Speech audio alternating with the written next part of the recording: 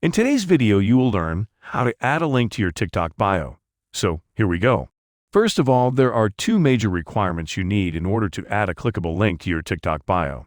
First, you need at least 1,000 followers in order to be able to unlock this feature. The second one is to switch your TikTok profile to a business account.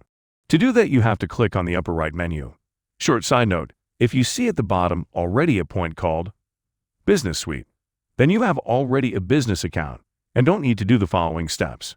If this is not the case, then click on Settings and Privacy, and then select the first option, Account. After that, you want to select Switch to Business Account. Confirm the next screen by clicking Next.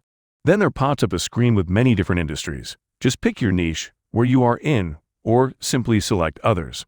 After that, TikTok asks you to put in your email address and some text for your bio, but you can skip this part and do it later if you want.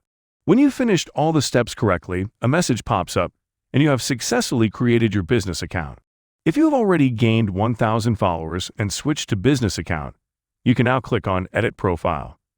A new field will appear right below the bio tab called Website, where you can insert your clickable link, which then will appear in your TikTok bio.